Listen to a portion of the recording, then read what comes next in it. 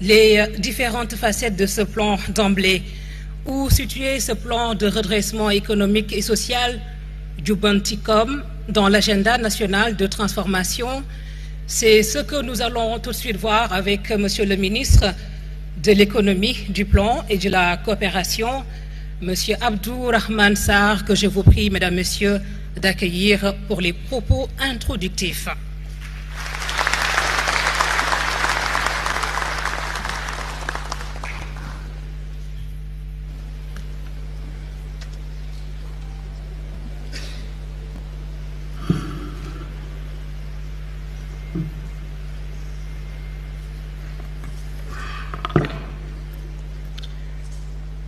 Excellences, Monsieur le Président de la République, Monsieur le Premier ministre, Mesdames, Messieurs les membres du gouvernement, distingués invités en vos rangs, titres et qualités. Permettez-moi tout d'abord de vous remercier, Monsieur le Président de la République, pour votre présence et votre engagement constant en faveur de la transformation systémique de notre économie. Je remercie également Monsieur le Premier ministre pour son leadership dans la coordination de l'action gouvernementale, en particulier dans cette phase décisive pour notre pays. Excellence, Monsieur le Président de la République, il y a quasiment un an, sous votre leadership et celui du Premier ministre, l'agenda national de transformation, la vision Sénégal 2050 pour un Sénégal souverain, juste et prospère a été présentée, de même que sa déclinaison quinquennale 2025-2029, la stratégie nationale de développement. L'objectif global de cette stratégie est de promouvoir un développement endogène et durable porté par des territoires responsabilisés, viables et compétitifs, jetant les bases de la souveraineté. Ce référentiel trace les grandes lignes de notre volonté collective de bâtir un Sénégal nouveau dans la diversité de ses territoires. Cependant, comme Monsieur le Premier ministre l'a si justement souligné à plusieurs reprises, aucune stratégie de développement, si pertinente soit-elle, ne peut être pleinement exécutée sans une assise financière saine et crédible, et sous le leadership véritable de ses concepteurs. Cette assise financière saine et crédible est ce que les économistes appelleraient un cadre macroéconomique fiable et solide. Or, suite à la publication des résultats de l'audit des finances publiques par la Cour des comptes, en ligne avec votre engagement de transparence vis-à-vis des Sénégalais et de nos partenaires, la suspension du programme avec le FMI a mis nos finances publiques à rude épreuve. Mon collègue ministre des Finances et du Budget ne me démentira pas. En effet, l'accès aux marchés financiers internationaux à des conditions raisonnables nous est devenu difficile, et les appuis budgétaires ont été suspendus. Cette situation, conjuguée à un contexte mondial marqué par le rétrécissement de l'aide publique au développement, s'est traduite en des gaps substantiels de financement du cadre macroéconomique du plan quinquennal. Il est également important de noter que le Sénégal est dans une union monétaire crédible, avec une banque centrale indépendante, des engagements de discipline budgétaire et des limites de niveau d'endettement dans le contexte d'un marché financier régional commun. Ces règles existent pour préserver la viabilité du régime de change que nous nous sommes choisis, nonobstant ces évolutions nécessaires à moyen terme pour relaxer cette contrainte. Ce contexte conforte l'ambition du Sénégal d'optimiser le financement endogène sans pour autant se replier sur soi-même. La souveraineté budgétaire ne veut pas dire autofinancement. Il s'agit de pouvoir financer son déficit budgétaire et ses besoins de financement de la dette qui arrivent annuellement à échéance sans avoir à recourir à l'austérité ou au financement à des conditions draconiennes ou encore à un prêteur en dernier ressort. Il s'agira donc, face aux contraintes auxquelles le Sénégal fait face, de créer des marges de manœuvre budgétaires à court terme dont la finalité sera de rétablir durablement les équilibres budgétaires et financiers de notre pays, préserver la soutenabilité de notre dette afin d'assurer des conditions optimales de financement de l'agenda national de transformation. Il s'agit donc ici d'un engagement politique fort de votre part pour restaurer la confiance des citoyens, des investisseurs et des partenaires techniques et financiers tout en ayant la maîtrise de notre destin que nous avons projeté radieux. Excellences, Monsieur le Président de la République, Monsieur le Premier ministre, il n'est donc pas inutile de rappeler ce qu'est la vision Sénégal 2050, ce destin radieux que nous projetons, tout en la mettant dans une perspective historique. Depuis son accession à l'indépendance, le Sénégal a élaboré et mis en œuvre plusieurs référentiels de politique économique et sociale dans le cadre institutionnel que j'ai décrit. Ces différentes politiques publiques ont permis, dans une certaine mesure, de réduire le gap infrastructurel et d'améliorer l'accès aux services sociaux de base. En dépit des efforts consentis, les résultats restent en deçà des attentes. En effet, le Sénégal est toujours parmi les 25 pays à plus faible développement humain et la croissance économique enregistrée n'a pas été suffisamment inclusive pour réduire significativement la pauvreté estimée à 37,5% et le chômage à environ 20%. En outre, le modèle de développement mis en œuvre depuis génère beaucoup d'inefficacité et d'inefficience sous le leadership de l'État central. Les réalisations ont été obtenues au prix d'une accumulation progressive de la dette publique, conduisant à une crise cyclique d'endettement environ tous les 20 ans.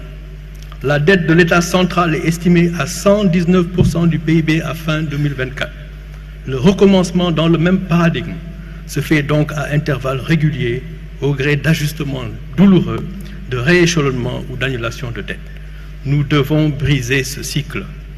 La vision Sénégal 2050 a comme ambition d'opérer une transformation systémique qui consistera à mettre le secteur privé et les citoyens au devant, les appuyer tout en protégeant les plus vulnérables. Cette transformation systémique qui mettra le secteur privé, les citoyens et collectivités locales au devant s'opérera également dans la gouvernance des services publics où l'État pourra financer et faire par des concessions et autres délégations de services publics. L'État pourra appuyer nos champions et potentiels champions par le biais de partenariats publics-privés où le contenu local sera une exigence afin de créer des opportunités et de l'espace pour le secteur privé national. Dans les secteurs sociaux, éducation, santé, infrastructures de base, l'expérience internationale montre qu'un franc CFA de ressources publiques dépensées dans le cadre de concessions de services publics peut générer un effet de levier de 0,5 à 1, soit une possibilité de doubler la contribution publique. Dans les secteurs marchands, cet effet de levier peut aller jusqu'à 4 fois la contribution publique par le complément de ressources privées, par le paiement d'usagers, que le paiement d'usagers peut permettre de mobiliser. Excellences, Monsieur le Président de la République, Monsieur le Premier ministre, les 25 lettres de politique sectorielle des ministères ont été finalisées avec cette doctrine bien reflétée. Secteur privé et territorialisation des politiques publiques pour les rapprocher des citoyens.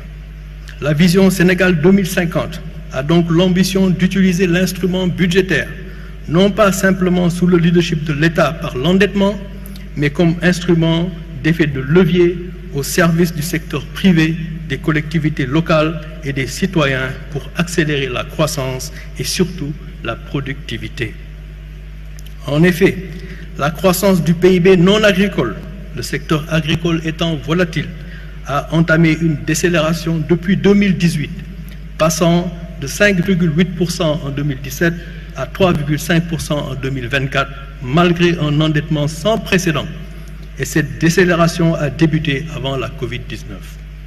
Depuis 2022, le rythme de la croissance non agricole s'est inscrit dans une fourchette comprise entre seulement 3% et 4%, insuffisante et légèrement supérieure au taux de croissance démographique.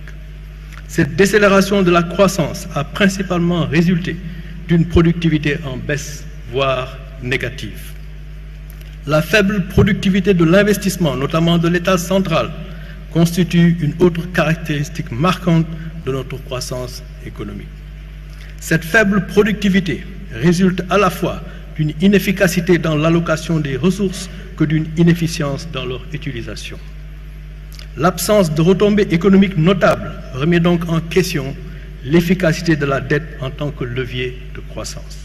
En théorie, une dette productive devrait permettre de stimuler les recettes publiques à travers une augmentation de la base fiscale, réduisant ainsi à terme les besoins d'emprunt extérieur et améliorant la viabilité de la dette.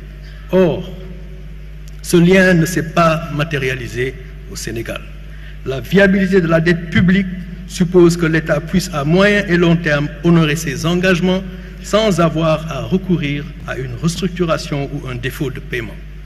Cependant, la dynamique actuelle montre que l'endettement du Sénégal a conduit à des déséquilibres macroéconomiques persistants, notamment des déficits budgétaires cachés de l'ordre de 13% du PIB entre 2019 et 2023, sans accélération de croissance, et ceci avec des déficits jumeaux, notamment du commerce extérieur sur la période.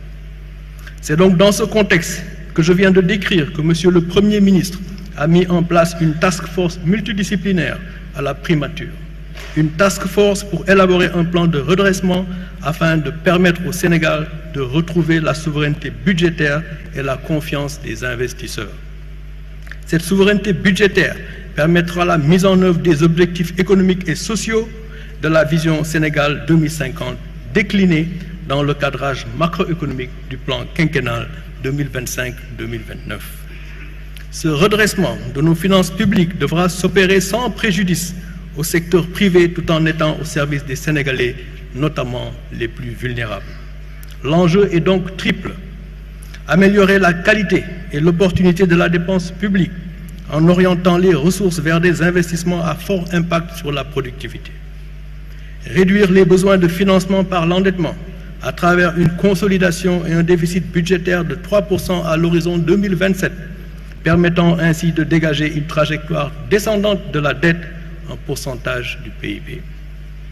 Conduire enfin les réformes nécessaires pour appuyer le secteur privé afin qu'il puisse véritablement prendre le relais de la croissance dans cette transformation systémique voulue en sa faveur. En somme, le plan de redressement permettra de donner un signal positif aux marchés financiers internationaux et nous permettre de mobiliser à nouveau des financements extérieurs à des conditions plus favorables. La confirmation de la solidité de notre cadre macroéconomique par nos partenaires, notamment le Fonds monétaire international, viendra conforter nos propres efforts. Mesdames, Messieurs, les mesures concrètes de ce plan de redressement nous seront exposées dans quelques instants par Monsieur le Premier ministre.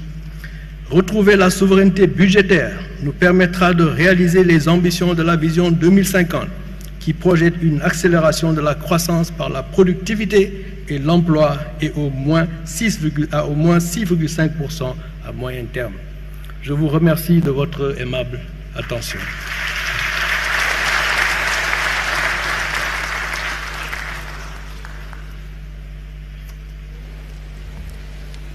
Merci beaucoup, Monsieur le ministre de l'économie, du plan